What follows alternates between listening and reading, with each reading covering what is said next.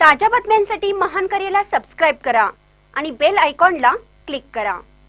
माणगाव जिल्हा परिषद मतदारसंघातील जनतेचा उत्साह पाहून भारावलो भरमू पाटील।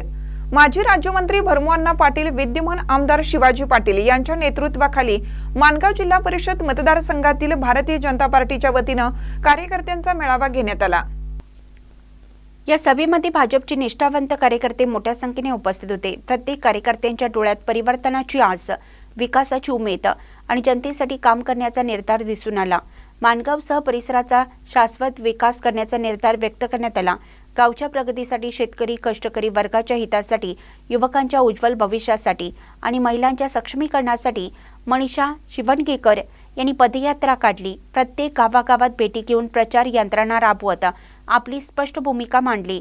विकास, विश्वास आणि समर्पण या त्रिसूत्रीवर आधारित कार्य करण्याचा संकल्प या सभेतून पुन्हा एकदा दृढ करण्यात आला।